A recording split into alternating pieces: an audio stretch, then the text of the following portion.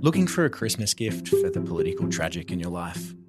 What's the Big Idea is the first book from Australia Institute Press. It offers 32 ideas for a better Australia, from leading thinkers such as Yanis Varoufakis, Sally McManus, Jennifer Robinson, Bob Brown, and Auntie Pat Anderson. The essays are a reminder that Australia matters and that the big challenges we face can be solved. Australia just needs the courage to face them. Visit australiainstitute.org.au or follow the link in the show notes to get your copy in time for Christmas.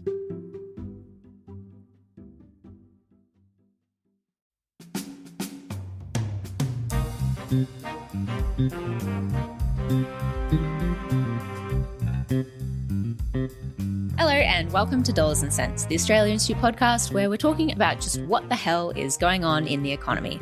I'm Elinor Johnston-Leake, the senior content producer here at the Australia Institute, and as always, I'm talking to our chief economist, Greg Jericho. Hello, Greg. Hi, Elinor. How are we going today? Very good. Very good. Today, for everyone listening, we've got a very special festive end-of-year Q&A episode. A very special episode on Dollars and Cents. Yeah. We got you An all... episode no parent can afford to miss. We got you all to send in your questions for Greg, and we got a great response. Got a few sent in to the email and over social media, and we appreciate everyone sending in their questions. Unfortunately, we won't have time to get to everyone's today, but we really appreciate you sending them all in. There were a few questions where people were asking about things we've covered in other episodes. So if your question isn't answered, I would highly encourage you to go back through our catalogue and just have a look and see if we've talked about it before. And also some of them will, if we don't get to, we will be trying to do them next year because we want to make our Q&A pods a little bit more regular.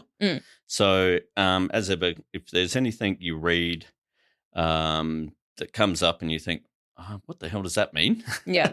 Send us an email or get in touch with either me or Elinor, if you so desire, on social medias, and we'll put it on the list and we'll try to get to it, next year if we can make these a bit more regular. I think that'll be good, especially when we get into the election. We'll also be very much doing a special election Q&A. There'll be a lot to talk about, I'm sure. Yep. All right, well, ready to get into some questions, Greg? Let's do it.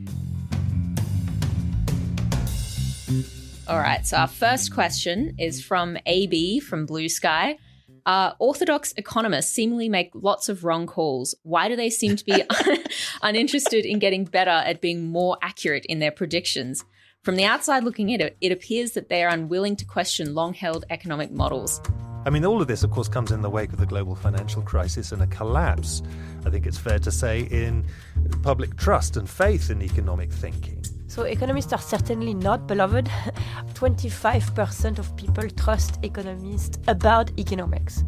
That's much less than weather forecasters. And that's just above the politicians, but then just about. So we are probably... That's a pretty low bar, yeah. That is a very low bar. Greg, as an economist, why are you all so bad at your jobs? Yeah, it's kind of it's like the opposite of the Lisa Simpson. Why does your campaign have the momentum of a runaway freight train? This is, why are all economists so terrible? Why can't you get better? Look, it's a good question, and there's kind of two parts to it. One is just when you think of the sort of just making predictions about what the heck's going to happen, it is tricky because there's lots of moving parts. Yeah. But I think what AB is sort of more going to, and if it is Alan Border, welcome to the pod. Really good to have you.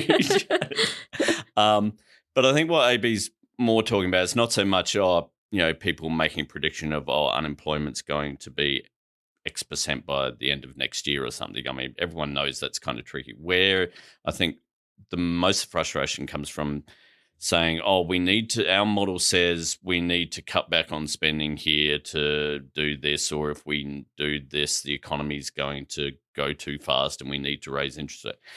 And they're right. There is some economist modeling that is used is it has a lot of assumptions in them that are sometimes not particularly realistic. Because, as I say, there's a lot of moving parts, and so there are assumptions made in the economy. They're based on fairly orthodox theory. And I think we've seen especially in the past year, where these models have really sort of broken down a bit, especially the last 2 years with relating to inflation. And we've seen sort of the Reserve Bank really trying to look at inflation purely from the lens of excess demand. And I've certainly had big issues with it. Some other economists have as well. And it comes down to just, sometimes your model, does it agree with my model?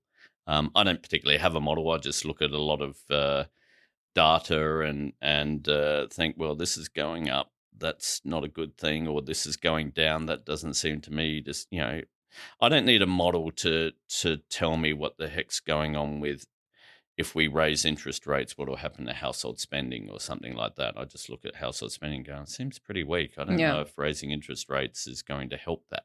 So I think there is always a fair bit of frustration with these modelling. I think where modelling really gets a bit dodgy is when we see it in, cost-benefit analyses and things like this where, someone will put out a model saying, if we could introduce nuclear power within 10 years and it will only cost this and this, and all you need to do is tweak some of the rates of return or the expected rates of return and present value and things like this, and it doesn't take much to tweak things, and it all looks either very good or very bad.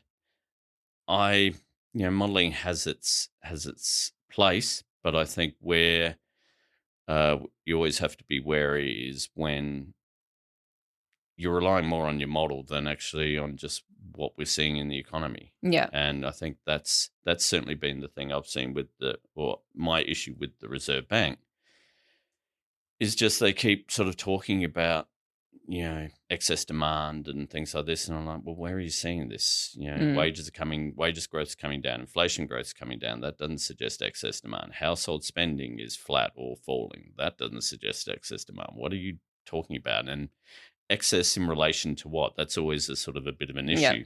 So why do you think that they're uninterested in getting better at modelling? Well, I mean, some of it has to do with there is a bit of ideology behind it all. For some of the commercial sector, it's more about this works for us. It helps make a profit. And it's something we're at the Australian Institute, a few of us, the economists, when we're kind of a bit bored and thinking of something to do, we think, we should do a paper really tearing down some of the modelling. And it's like, it is a little bit niche.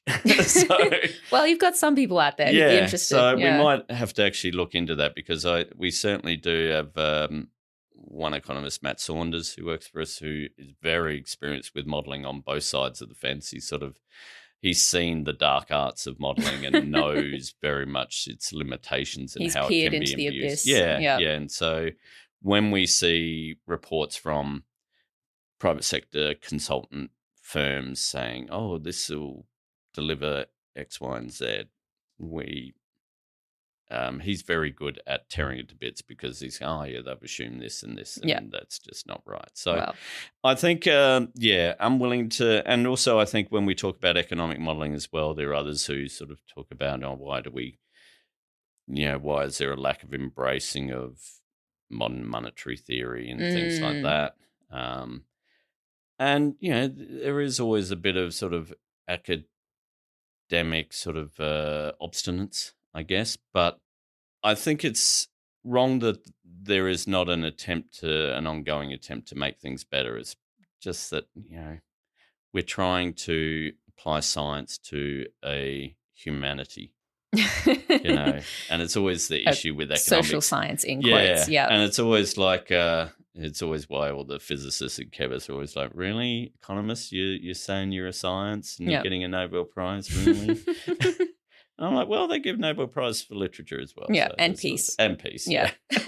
Well, Eric, I guess look out for a potential deep dive into economic modelling on our website at some point soon. Moving on to the next question, which is somewhat related. A question from Julian Keel, also on Blue Sky.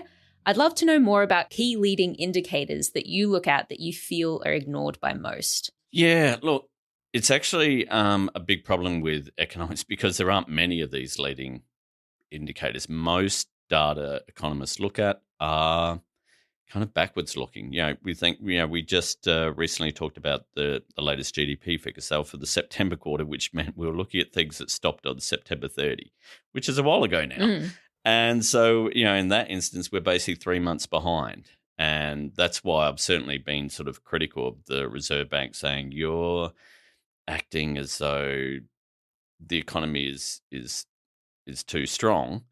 There's too much demand. I'm looking at what was happening 3 months ago, and it's pretty bad. Are you thinking things have got better since then? So leading indicators are those indicators that, as the name implies, suggest something is going to happen in the future. And a classic one is job advertisements, which economists look at because there's a nice link between job advertisements now and employment growth and unemployment in 3 to 6 months' time. Yeah. Because if there's a lot of people advertising for jobs, that means there's a great demand for labour, there's plenty of jobs around, probably unemployment's going to fall. Yeah. If job advertisements dry up, then no one's hiring, and probably, people are losing their jobs, not able to get another job, so unemployment's going to rise. So job advertisements, one that I certainly look at. The Department of Employment actually has a combination of job advertisements and a whole number of other sort of stats that it combines into what it's called as sort of leading employment index, which kind of has a nice sort of sense of what's going to happen in the next 3 to 6 months. So I kind of look at that one. The one I use most often is probably new mortgages. So if there's an increase in new mortgages, in the size of them, in the number of them, that's a very good indicator for what's going to happen to house prices in the next 6 months. Really close link, actually. And again, it makes sense because if a lot of people were taking out home loans, it means they're going then to go bid on houses, or they're getting pre-approval for home loans. So then they're in the market to buy a home. And generally there's a bit of a lag there because, you get the home loan, and sometimes it's a case of you got that pre-approval and then you're looking for a house, but you know how much money you've got to borrow and things like that. So it's a good leading indicator that I use. But to be honest, there's not many that I think that are ignored by most because there are so few of them. It's kind of hard to ignore them. Yeah. And so I'd sort of do other things where I'll combine data to try and give a sense of, what's the underlying impact or what's really going on here. So I'll look at, say, for example, the difference in the labour force figures that come out every month.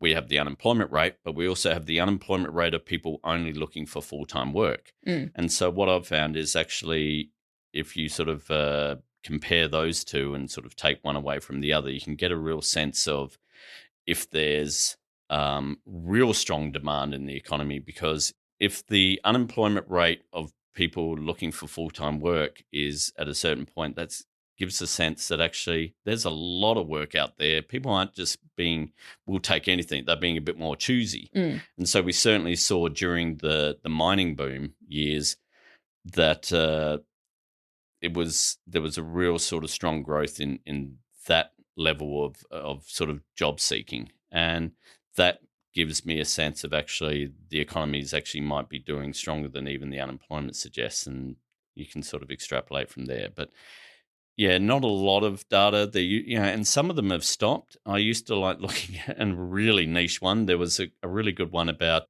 the amount of cement production, which interesting. Yeah, you think, oh God, why? Well, what is a lot of cement used for? It's a lot of use for building and for infrastructure use, for roads and things like that. And again, there was a really good link between if there's a big increase in cement production, that was sort of indicating that there was going to be a lot of house building, a lot of infrastructure, and then the ABS stopped doing it. If anyone from the ABS is listening, bring it back. Yeah, ages ago. It was one of the first columns I wrote for Guardian was looking at cement production. And I think my editor back then were right. Did we really hire this guy for a whole year? Maybe we made a bad call there. Well, but, look where it's got you now. Yeah, so it'd be good if there were more leading indicators. But the problem is, again, with leading indicators, you're assuming that something's going to happen. And, no matter how good your leading indicator is, you can't predict that Ukraine is going to get invaded by Russia or that a pandemic is going to occur. Yeah. So they're good so long as everything is, as we like to say in economics, all other things being equal, ceteris paribus. But as soon as something stops being equal, those leading indicators can go a bit skewy.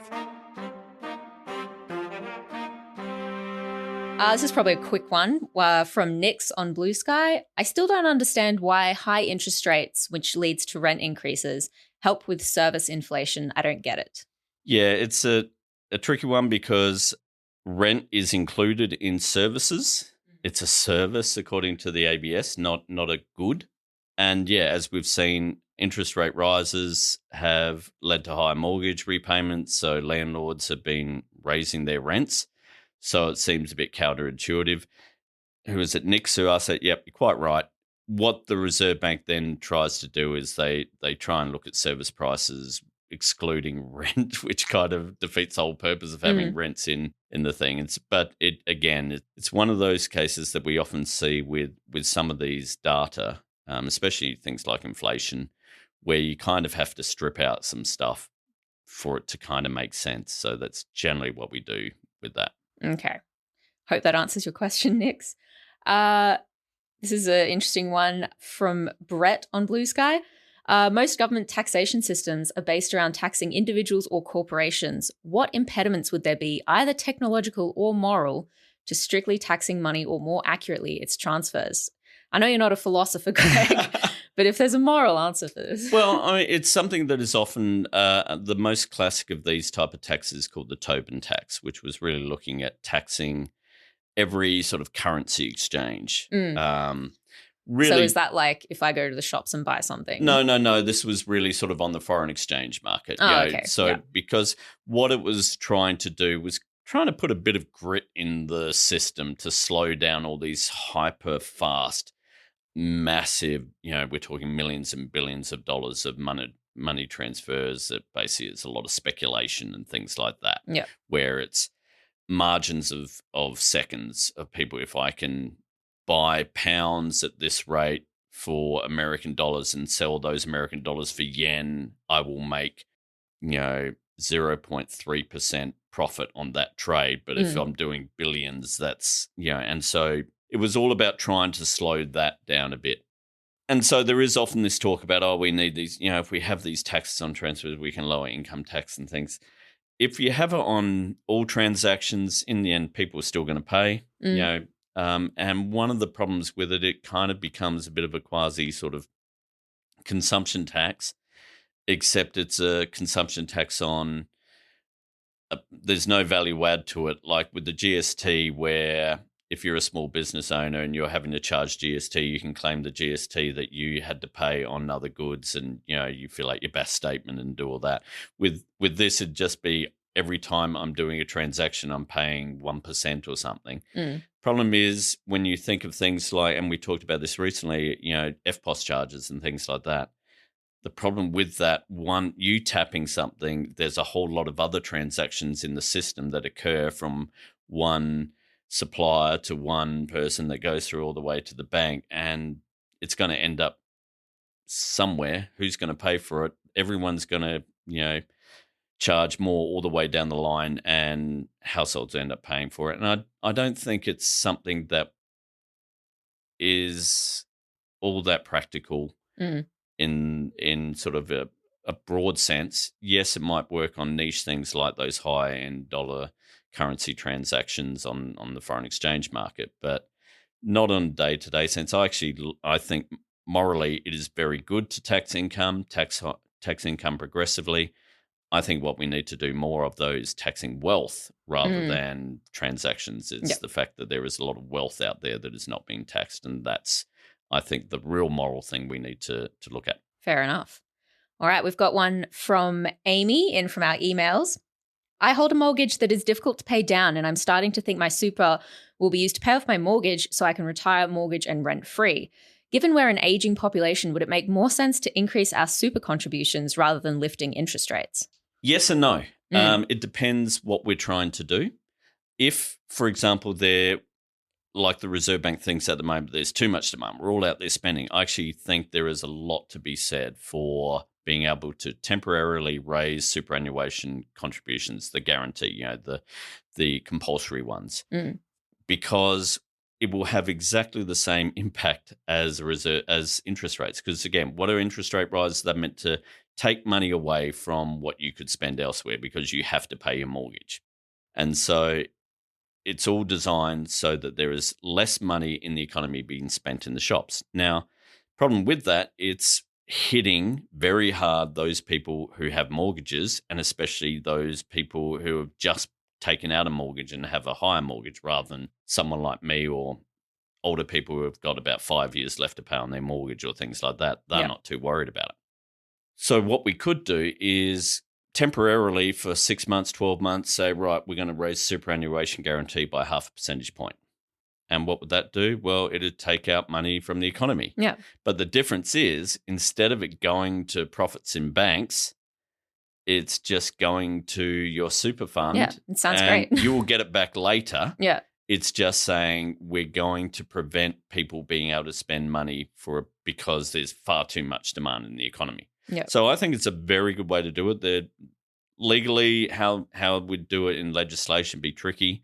I think it could be done in such a way that the Treasury could make a regulation. It starts getting tricky because then is the Treasury in charge of interest rates and monetary policy. But I think it's certainly a better way of doing it than interest rates, or it could be done in combination with interest rates. And so as a result, the interest rate rises wouldn't have to be as high. But all the same, I wouldn't have done it in the past 3 years because we didn't have too much money. We weren't outspending too much. Yeah. The Reserve Bank shouldn't have raised interest rates, and I wouldn't have been arguing for raising superannuation. But I think if we had cases like during the mining boom, where there was lots of money coming in, the Reserve Bank was raising interest rates to try and stop us. The problem is at that time, instead of raising the superannuation balance and taking money out, what John Howard and Peter Costello were doing were giving us tax cuts, which was putting more money into the economy, and the Reserve Bank's going, oh, bloody hell. Yeah. So I think it's a really good idea, though. Cool. Another hopefully simple one from Liz in from the emails. Why does HECS debt get indexed, and what is indexation? Firstly, indexation is just applying basically the inflation rate to the debt or to a thing. Indexation, for example, we index age pensions and job seeker. Indexation is basically, inflation has gone up 5% in the past year. We will increase your age pension by 5% or the job seeker by 5% or whatever. That's what indexation is. So that you can keep up with. Yeah, and so the HECS debt, because it is notionally interest-free, in other words, you're not paying an interest rate you're not paying 7% every month on repaying your debt. But if they didn't index it, that would mean there would be no incentive for you to ever repay it. Yeah.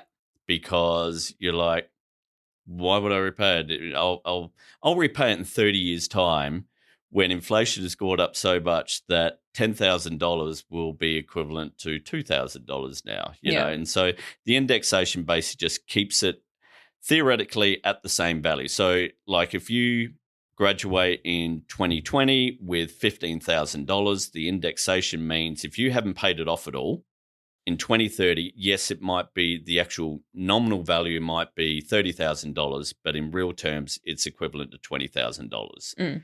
And that's all the only reason why we do it. I got to tell you though, looking at my HECS debt recently, I think the indexation is maybe, I don't know, less inclined to pay it off because it kind of feels like it's never ending. Yeah, I mean, that's the problem with the indexation when you have a big spike in inflation like we saw. And that's why the government changed it so it now is indexed to either the smallest of the wage price index, so it is going up in line with wages, or inflation. It's a recommendation designed to make sure that your HECS doesn't go up by more than the average wage. If you've got a HECS debt of, say, $26,000, which is the average across Australia, it means that your HECS debt will be cut by about $1,200. Now, normally, wages actually goes up faster than inflation, so it means it'll just be inflation all the time, but that we have those rare spikes like we had. So they've changed it to get rid of that thing where suddenly it goes up by 7%. Normally it's just going to go up by 3% each year. Got another question in from the emails from Frank. He wants to know whether corporate tax rate makes a huge difference for investment, whether from local businesses or multinationals. Yeah, good question. This kind of goes back to the first one about models, this sense of, if we cut company tax rate, it'll unleash a whole lot of business investment. It's like, does it? Or does it unleash a whole lot of profit? Frank wants to know. If we look at what happened, for example, with Donald Trump, when he massively cut company tax rates in his first term, it didn't unleash a whole lot of investment. What it did unleash was companies buying back a lot of their stock because that helped inflate the stock price, which meant all CEOs and executives got a big, nice bonus because their bonuses are linked to stock prices. Yeah. So, no, I mean, look, it's one of these things. If you massively increase company tax, we'd probably see a decline in investment, but it's not the secret sauce to it all. And much more important, especially when you're talking nationals, is just as much the conditions, the state of the economy and society. There's a reason why Australia is a really great place to invest as opposed to iron ore mines in, East Africa and places like this, because we've got good law and order, no corruption, we've got an educated workforce, we've got good infrastructure, all of these things that, over there you might have bugger all tax to pay, but you're paying elsewhere. And so, look, it's a thing that I think gets massively overstated. Does it make more of a difference for local businesses? Again, not really. And certainly it's something that, if you're a local business, again, no, most of the talk about company tax rates and investment is more about, we need to cut it because we've got a higher company tax rate than America or other places, and we need the investment from BHP or something. And it's like, no, the reason they're not coming here isn't just because we've got a higher tax rate. There are other things going on. And far too many sort of conservative and right-wing media and commentators and politicians like, we need to cut company tax rate to fuel investments. Like, have you thought about actually subsidising research and development in a way that actually promotes Australia as a good place to do business rather than, let's just dig stuff up and we'll go do the actual real value adding elsewhere where countries have actually invested in their own research and things like that. So no, I don't think it makes a huge difference. And certainly our research at the Australia Institute has found that it was very good that we did not cut the company tax rate for big businesses. It's now smaller, it's lower for small businesses, but that's more just because small businesses, you're talking a lot of people who that's kind of like their income. So it's just basically an income tax cut for them. But for corporates, I don't think they don't need a lower income company tax rate. More of them need to actually pay their company tax. Amen. All right, I reckon we've probably got time for one more question. We've got one last one from Michael from the emails. Having listened to your podcast about inflation, why don't economists in general look at the growth of profits and wealth as a source of excess spending and of increased prices? Shouldn't we have an index for these? Yes, Michael, we should. And it's a really good point because you think about when the GDP figures come out, we do have a thing called unit labour costs that look at the cost of producing one more unit of output, the labour cost of that. And that's fair enough, but you can do exactly the same for profits. And we at the Australian Institute have certainly started doing this over the past 2 or 3 years. We're like, we can create a unit profit cost. And it's certainly something that could be done in the national accounts by the ABS. They don't do it, but the numbers are there so you can construct it. Other economists, and we certainly saw this over in Europe and America, economists over there have been, when they were looking at the impact of profits on inflation, were constructing these unit profit costs. And I think it should be there because it's something that it is a massive impact on inflation. We've seen it over the past 3 years, and yet it's kind of not talked about in that way, because one of the things is as soon as you call something a cost, it's like, oh, we got to keep it down. And so there's always this talk about real unit labour costs or unit labour costs. We got to keep them down. Oh, it rose. Oh, that's not good for, productivity is falling. And instead we talk about profits as just always been a win. More profits, better. That must be great. There's no loss. And it's like, well, who's paying for who's actually created those profits? Often it's households who are paying more. And if we actually talked about unit profit costs as well, I think that would be a good thing. And by the Bureau of Stats actually putting a measure of that in the data would actually mean journalists would actually be able to look at it and go, oh, it's gone down, it's gone up. What does that mean? I can ask a question about that. Whereas at the moment, you have to construct it yourself, and most journalists don't have the time to do that, which is why we certainly do it at the Oz Institute and push it out there and go, hey, have you looked at the unit profit costs? So, a really good question, and it's certainly one that we have been trying to get out there. All right. That's probably all we've got time for today, Greg. Thank you so much for answering all these great questions. Thank you, Elinor, and thank you everyone who sent in your questions. I know we didn't get to all of them. There's lots there, lots of good questions that we will try and either get to when we're coming up to discuss an issue that sort of comes across one of these questions, or we'll do it in next year's episode. But that ends it, Elinor, for this year, for 2024 for Dollars and Cents. Thank you, everyone, for listening. We won't be back next week, but we will be back well, I don't know. Are we coming back? Next year? Are we coming back? Yes, we're coming back next year, January, late January. When January, are you back? maybe February, but we'll certainly be back in time to discuss and talk about everything that is you need to know about, especially coming up to the election. It's going to be a huge year. That first 6 months is going to be a madhouse. So please tune in, listen in. Yeah. Please subscribe so you get a notification of when we do come back, because even Elinor and I don't know exactly when we're going to be back. We'll be back soon. We'll be back soon. So, yes, please subscribe. Also, leave a rating for us on whichever podcast service you listen to. It always helps raise awareness and brings other listeners to the pod. So please do that.